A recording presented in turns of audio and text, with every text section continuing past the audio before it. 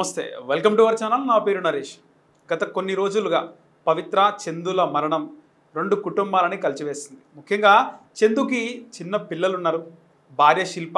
So మొన్ననే 10 days అయింది. ఆ తర్వాత ఆమె రోదన, ఆమె విలపిస్తున్న తీరు చాలామంది కూడా వీటిపైన సానుభూతి. ముఖ్యంగా చందుకి చిన్న చిన్న పిల్లలు ఉన్నారు, ఈ విధంగా ఎందుకు డెసిషన్ తీసుకున్నాడు అని చెప్పి చాలామంది బాధపడుతున్న వేళ సో ఈరోజు మనతో పాటు డబ్బింగ్ ఆర్టిస్ట్ అలాగే senior most serial artist doctor కళ్యాణ మాధవి గారు ఉన్నారు. ఆమెతో మాట్లాడదాం. మేడం నమస్తే.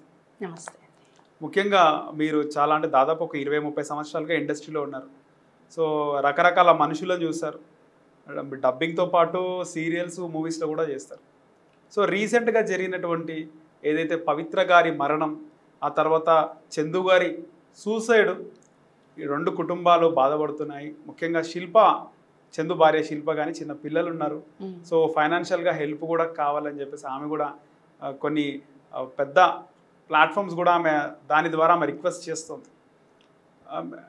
మీకున్నటువంటి ఎక్స్పీరియన్స్ ద్వారా అంటే చాలామంది ఆర్టిస్టులను చూశారు, ఇక్కడ పవిత్ర గారిది చందు గారిది బంధం కానీ వాళ్ళ మరణం కానీ ఏ విధంగా ఉంది మేడం? మీరు ఏం చెప్తారు వాళ్ళ కోసం? ఏముందండి, ఒక పెద్ద అనర్థం జరిగిపోయిన తర్వాత ఇంక అందరూ మాట్లాడుతుంటారు. ఇప్పుడు మీడియాలోకి ఎక్కిన తర్వాత ఈ వార్తని కేవలం ఎందుకు వీళ్ళని ఇంత హైప్ చేస్తున్నారు, ఈ టాపిక్ మీద ఎందుకు ఇన్నిసార్లు మాట్లాడుతున్నారు, ఎందుకు దీని గురించి చర్చలు అనేవి చాలా కామెంట్స్లో మనం చూస్తుంటాం. అవును మేడం. ఏదైనా చందు గారు చేసింది తప్పు అండి. ఒక అంటే ఈ రోజున ఛానల్స్ ద్వారా కానీ అన్ని రకాలుగా ఆ అమ్మాయిని ఆదుకునే పరిస్థితి, సహాయం చేసే పరిస్థితిలో తన భార్య బిడ్డల్ని వదిలేసి, అదే తను ఉంటే ఎంత బాగుండేది. ఇంటికి మెయిన్ పిల్లర్ తను. సరే తప్పులనేవి జరుగుతాయి, ఏదో ఏ ఇదిలోనో తప్పు చేసేసావు, అయిపోయింది. ఇక జరిగిన దాని గురించి అన్ని ఊరికే మనం ఎంత మాట్లాడుకున్నా జరిగిన అనర్థాన్ని మళ్ళీ మనం సరి చేయలేం. కాబట్టి ఎవరైనా ఏదైనా ఒక డెసిషన్ తీసుకుని ఒకళ్ళ లైఫ్లోకి వెళ్ళేటప్పుడు కానీ అవతల వాళ్ళు కూడా యువతల వాళ్ళని వాళ్ళ లైఫ్లోకి పవిత్ర గారి గురించి అలాంటి వాళ్ళు ఎవరైనా రప్పించుకునేటప్పుడు కానీ ఎవరికైనా ఫైనల్గా తప్పు చేసిన వాళ్ళకి ఇటువంటి ట్రాజడీ ఎండింగ్సే ఉంటాయి. ఓకే, మోస్ట్లీ మనం చూసాం గతంలో కూడా. అంటే ఇట్లాంటి ఇల్లీగల్ అఫైర్స్ అనేవి ఎప్పటికీ ఇలా జరుగుతుంటాయి. మనం కోరుకోగానే ఖచ్చితంగా జరుగుతాయి అంటారు. అంటే అంతేనండి. ఇప్పుడు మనం న్యాయం ధర్మ ప్రకారం నీ ధర్మపత్ని అమ్మాయి శిల్ప ఉన్నారు కదా. ఉన్నప్పుడు ఇప్పుడు ఏదో పరిస్థితుల్లో నువ్వు విడాకులైపోయి అసలు నీకు భార్య లేదు అన్నప్పుడు ఈ లివింగ్ రిలేషన్లోకి నువ్వు వచ్చావు అంటే అది వేరే. ఇక్కడ నీకు భార్య పిల్లలు ఉన్నారు అంటే భార్య పిల్లలు సరే, ఆవిడేదో యాక్సిడెంటల్గా వెళ్ళిపోయింది అనుకుందాం. వెళ్ళిపోయిన తర్వాత నువ్వు ఇప్పుడైనా రియలైజ్ అయ్యి నువ్వు నీ భార్య పిల్లల్ని చూసుకుందామని అంటే కాలం సమాధానం చెప్తుంది. కొన్నాళ్ళు ఏదో బాధపడతావు, అయిపోతుంది. నీ భార్య పిల్లల్ని చూసుకుని నువ్వు మెయిన్ పిల్లర్గా నిలబడి ఉంటే నువ్వు కూడా సంపాదించావు కదా ఆర్టిస్ట్గా, మరి వాళ్ళకి ఏదన్నా చెయ్యాలి కదా. అలా ఏం చేయకుండా అలా నిరాధారంగా అంటే ఈ రోజున అందరూ ఛానల్స్ ద్వారా కానీ అందరూ కూడా ఆ అమ్మాయిని ఆదుకుందామని ఇలాంటి చర్చలు పెట్టి ఆవిడకి ఏదైనా సహాయార్థం ఆవిడ ఫోన్ నెంబర్ కానీ ఇవన్నీ, ఏ ఆడవాళ్ళని కూడా ఇట్లాంటి ఒక పరిస్థితుల్లో భర్త అనేవాడు చెయ్యకూడదు. ఇటువంటి ఏదైనా సరే ఒక పచ్చడి మెతుకులైనా సరే పెట్టి ఎంత చేసినా అతన్ని ఎవరైనా భర్తీ చేయగలరా? చందుని భర్తీ చేయలేరు కదా. ఆమెకి ఆయన మీద ఎంత ప్రేమ ఉంటే 12 ఏళ్ళు ప్రేమించి పెళ్లి చేసుకుని ఆ తర్వాత ఇప్పటికీ కూడా అంటే ఒక ఇల్లీగల్ ఒక ఎఫ్ఐఆర్ పెట్టుకుని ఒక రిలేషన్షిప్లో ఉన్నప్పటికీ కూడా భరిస్తూ వచ్చింది, ఎంతో ఓర్పుగా భరిస్తూ వచ్చింది. మరి అటువంటి ప్రేమ ఇప్పుడు కాలంలో దొరుకుతోందా? కదండి. ఇప్పుడు పెళ్ళిళ్ళు అయిన తర్వాత ఎన్ని పెళ్ళిళ్ళు నిలబడుతున్నాయి, చిన్న చిన్న ఈగోల కోసమని వదిలేసుకుంటున్నారే. అటువంటిది నువ్వు కొట్టినా తిట్టినా ఎందుకు? నీ మీద ప్రేమ, నీ మీద ఇప్పటికీ ఆ అమ్మాయికి ప్రేమ ఉంది, ఆ బిడ్డల్ని చూసుకుంటోంది. కాకపోతే ఇట్లాగా అంటే అందరూ అనుకుంటారు. కామెంట్స్ కూడా వచ్చినాయి, నేను చూశాను. ఈ కామెంట్స్లో కూడా ఏంటంటే ఏంటబ్బా వీళ్ళ ఇష్యూ అయిపోయింది కదా అలా స్క్రోల్ చేసి వస్తారు. ఏంటని. కాకపోతే నిజంగా మీరు మీ కామెంట్స్లో అది చచ్చింది అలా చేసింది అని కామెంట్స్ కాకుండా వీలైతే శిల్ప గారికి అందరూ ఉడతా సాయంగా చేయగలిగితే ఏదో మన తృప్తిగా ఉంటుందని తోచింది చేయగలిగితే మనం ఈ ఇంటర్వ్యూలు పెట్టి ఇవన్నీ చేసినందుకు ఏదో కొద్దో గొప్ప. కానీ ఏ భర్త కూడా భార్యని ఇటువంటి పరిస్థితుల్లో వదిలి వెళ్ళకూడదండి.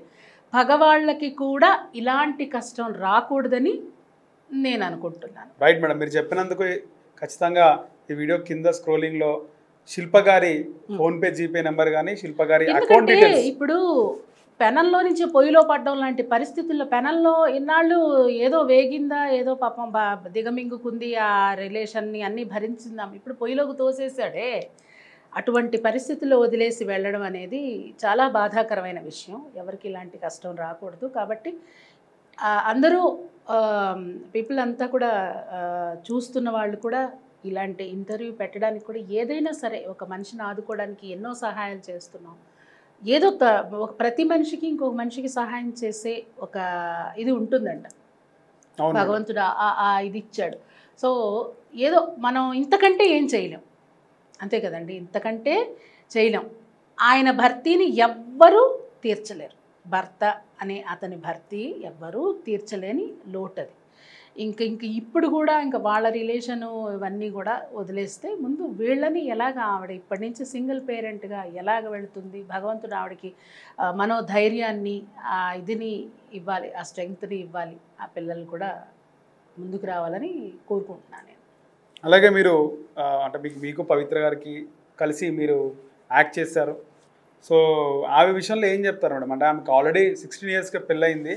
దీనిపై చర్చలు జరుపుతున్నాం కాబట్టి, ఎందుకంటే నేను ఏదైనా నాకు తెలిసినంత వరకే చెప్తానండి. ఏంటంటే నేను చెప్పడం కాదు, ఆవిడే చెప్పారు మీడియా పరంగా. కొన్ని ఇంటర్వ్యూస్ మీరు చూస్తే దాంట్లో ఆవిడ ముందే నాకు పెళ్ళయింది, నాకు భర్త విషయం మాత్రం మాట్లాడలేదు. సో ఆవిడ పిల్లలతో నేను ముందుకెళ్తున్నాను అన్నట్టుగా చెప్పారండి, అంతే. సో ఆవిడ కూడా ఎన్ని స్ట్రగుల్స్ పడి ఒక స్టేజ్కి వచ్చారు. ఏదేమైనప్పటికీ ఒక మంచి ఆర్టిస్టు ఏమండి, ఒక స్టేజ్కి వచ్చిందంటే ఆవిడ కూడా ఎన్నో స్ట్రగుల్స్ పడి ఉండొచ్చు. కాకపోతే ఇక్కడ ఏదో ఒక బలహీన క్షణంలో ఒక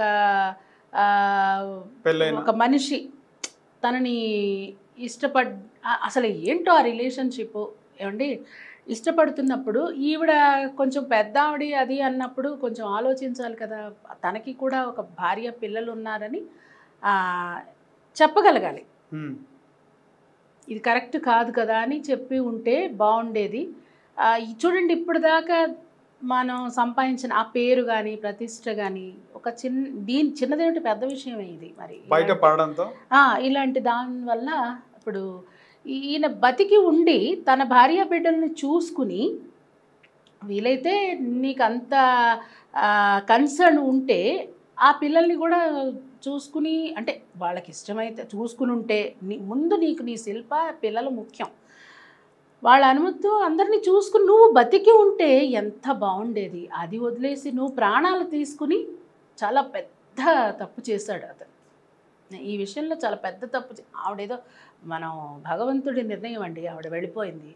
ఆవిడ గురించి ఇక తప్పు అనేది అయిపోయింది, శిక్షనో ఏదో ఆవిడ వెళ్ళిపోయింది. చనిపోయిన మనుషుల గురించి మనం ఈ తప్పొప్పులు ఈ చర్చలు పెట్టుకోవడం కూడా అది సంస్కారం కాదు. కానీ అంటే ఇప్పుడు మనకి మాట్లాడగలిగేందుకు ఈ ప్లాట్ఫామ్స్ ఉన్నాయి కాబట్టి ఎప్పటి నుంచో ఇలాంటివి జరుగుతున్నాయి. ఎవరు చెప్తారు?